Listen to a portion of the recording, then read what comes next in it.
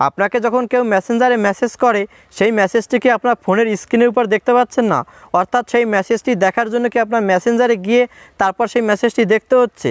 তো এই প্রবলেমটি আপনারা কীভাবে সলভ করবেন আমি দেখিয়ে দিচ্ছি। এরকম নতুন নতুন ভিডিও দেখতে আমার আইডিকে ফলো করে রাখতে পারেন, যা আপনার পরবর্তীতে অনেক কাজে আসবে। আর ভিডিওটি আপনার বন্ধুদেরকে শেয়ার করে দিন।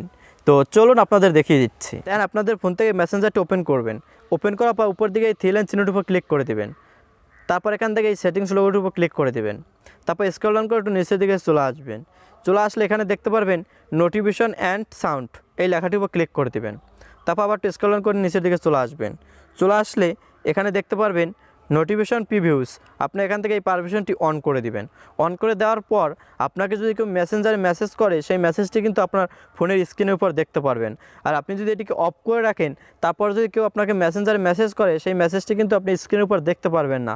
আপনার কিন্তু মেসেঞ্জার